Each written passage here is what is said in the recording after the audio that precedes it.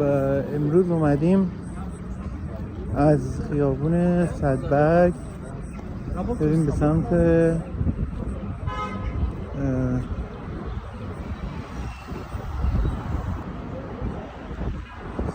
امروز اومدیم از خیابون صدبرگ حرکت کنیم بریم به سمت چپ، جایی که محله که نه، در واقع یک خیابون اصلی و استراتژیک و بسیار پرتردد هست و جزو مناطق خوب دوشنبه محسوب میشه. جلوی من شرکت اتوبوس‌رانی رو می‌بینید که در تاجیکستان کلاً اتوبوس و ون برای حمل و نقل مسافرها بسیار هست. همینطور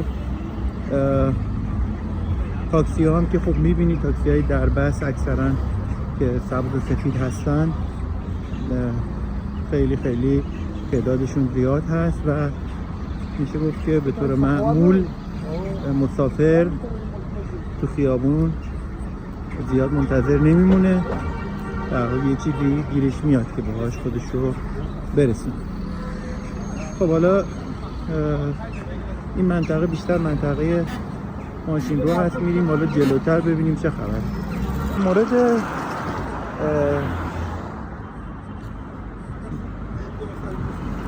تاکسی ها که صحبت کردیم، حالا اینجا میخوام بگم که خیلی از تاکسی ها هم به صورت در واقع برقی هستن و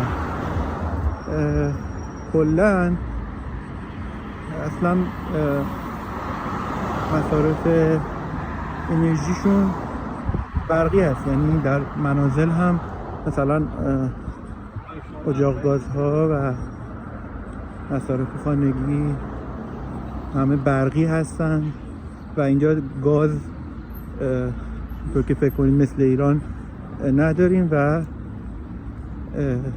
همه چیز برقی هست و البته اوایل ممکنه برای ایرانی‌ها کمی عجیب به نظر برسه ولی در کل عادی میشه بعدن و نیروی برق به هر حال اینجا استفاده میشه. خب ما داریم میریم به سمت یه چهارراهی که گفتم خیلی توش پاساژهای شیکی هستن و جزو مناطق تجاری هست، البته مسکونی هم هست. اینجا این فامیلی دنت که میبینید در واقع فامیلی دنتال یه مرکز دندون پزشکی خوب هست که وجود داره و کسانی که دنبال دندون پزشکی خوب هستن توی دوشنبه میتونن به این مرکز مراجعه کنن و کارشون خوبه. خب چراغ سبز یا قرمز؟ سبز فکر کنم برای آبرین. بریم اونور.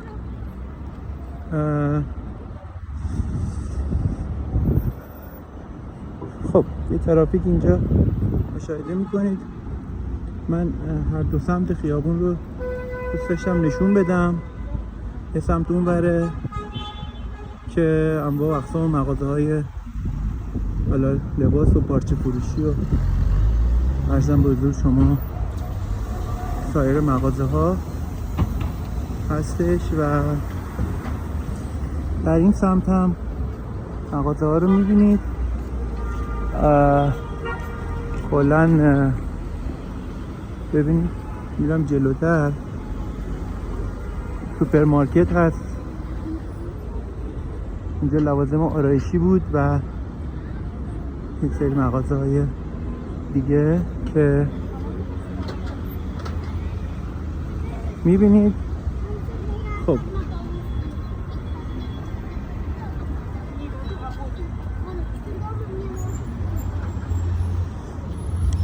جزو مناطق دلباز دوشنبه هست، یعنی جایی که روح داره، پر تردد، شلوغ، ماشین ها، آدم ها و مرکز خرید خیلی بزرگ، فکر میکنم پیکار هست اسمش، اونجا خیلی بزرگه. میتونید اگه دوشنبه اومدید حتما برید مراجعه کنید. و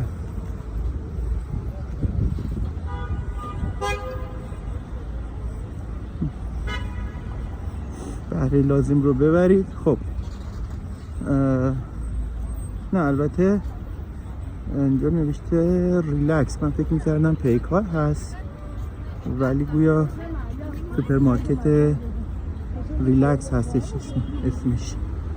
خب یه مارک کاله‌ای هم اونجا میبینید، فکر کنم همون مارک کاله ایرانی باشه احتمالاً. حالا من ندیده بودم. خب ببینید اون منطقه رو و یکم بریم جلوتر.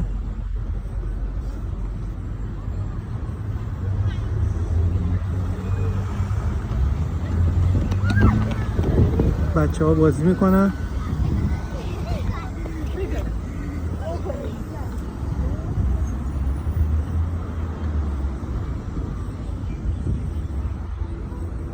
کلا برای بچه ها هم مراکز بازی و تفریح کم نیست، یعنی هم فضای باز خیلی هست، خیلی پارک ها اینجا هستن. در واقع یکی از بزرگترین پایتخت ها به لحاظ ایجاد پارک و محوطه سازی و فضای سبز هست که دوشنبه رو خیلی خیلی زیبا و متمایز کرده. همچنان میریم جلو. خب اوایل سال نو میلادی هست اینجا. من میخواستم یه محوطه مسکونی پشت این خیابون هم نشون بدم که جای خیلی جذابی بود. خب اینجا AS فشن رو میبینید.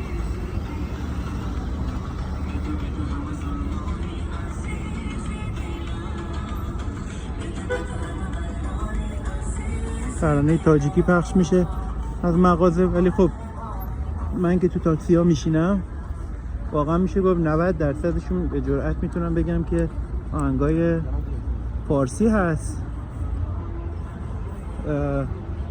کلا اینجا معین خیلی طرفدار داره، فکر میکنم تا جایی که من فهمیدم محسن چاوشی خیلی طرفدار داره. بعد همه خواننده‌های ایرانی قدیمی اکثرشون بسیار محبوب هستن، گوگوش، ادیک، داریوش، همه. خب من میخوام که کم کم برم پشت این خیابون و بازدیدی از اونجا داشته باشم. خب دوستان اومدیم اون منطقه مسکونی پشت این خیابون که گفته بودم بسیار زیبایی به نظر میرسه، خیلی خوش ساخت هستش و خیلی آپارتمان‌های شیکی وجود داره اینجا و همونطور که گفتم مرکز شهر هست.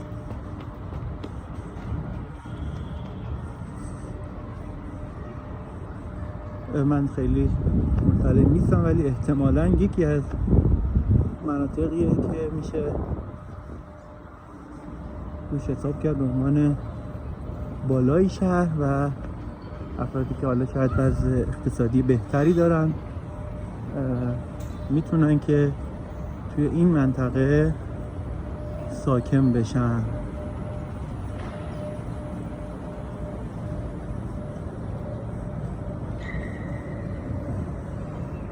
کلا ما دو مدل ساختمون داریم تو تاجیکستان، یه سری که از دوران شوروی باقی موندن و خب عمدتاً قدیمی هستن و یک بخش هم که آپارتمان های نوساز، شیک، مدرن و امروزی که نمونهش رو دارید میبینید. کلا هر جا ما میریم یه بچه در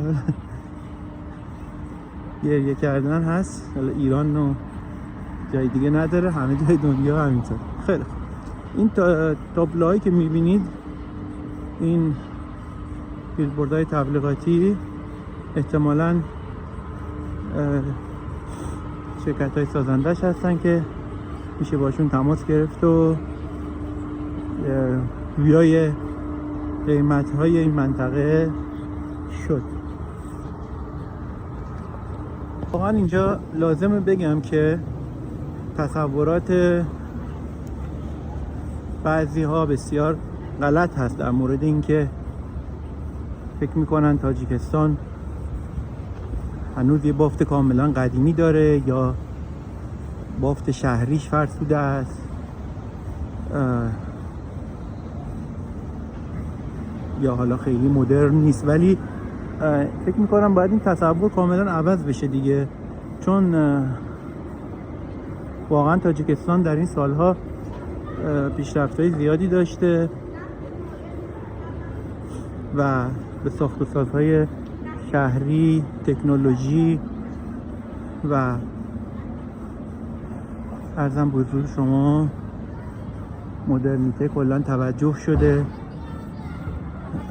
خیلی خیلی پیشرفت کرده. باید نگاه رو عوض کرد، به قولی باید چشم‌ها رو شست و جور دیگری تاجیکستان رو دید. البته خب یه سری زیر ساخت‌ها هنوز شاید شرایطش نشده باشه، مثلا مترو یا در واقع زیر ساخت‌های بزرگ این چنینی، ولی من دارم به طور کلی میگم که در حال پیشرفته و روز به روز داره بهتر میشه،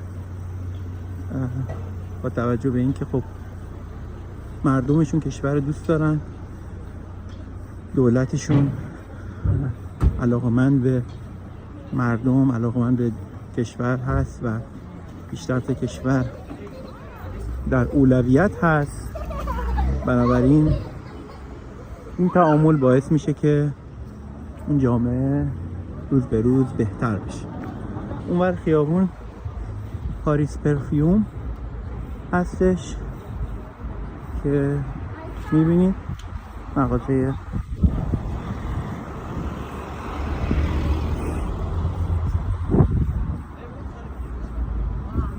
خوبی هست.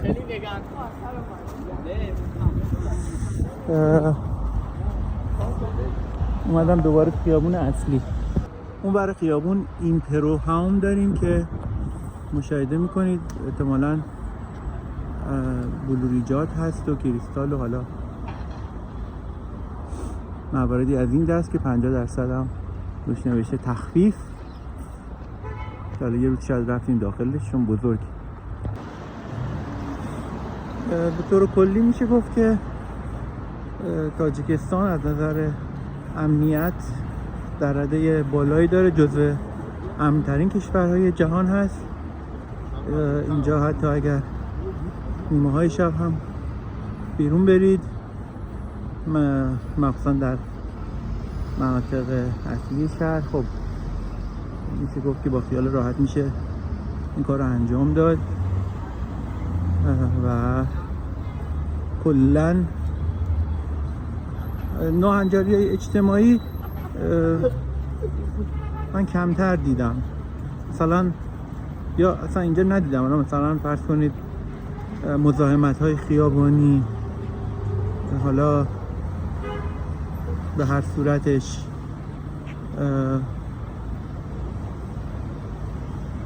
من اینجا ندیدم که حالا بخوان مثلا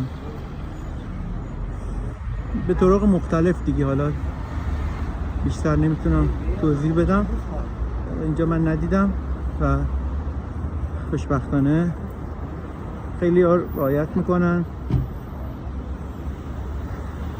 و کلا به عنوان یه فرهنگ شده واقعا مزاحمت در حد صفره. حالا شاید تک و توک باشه ولی من که اصلا ندیدم و فکر میکنم همینطور هست.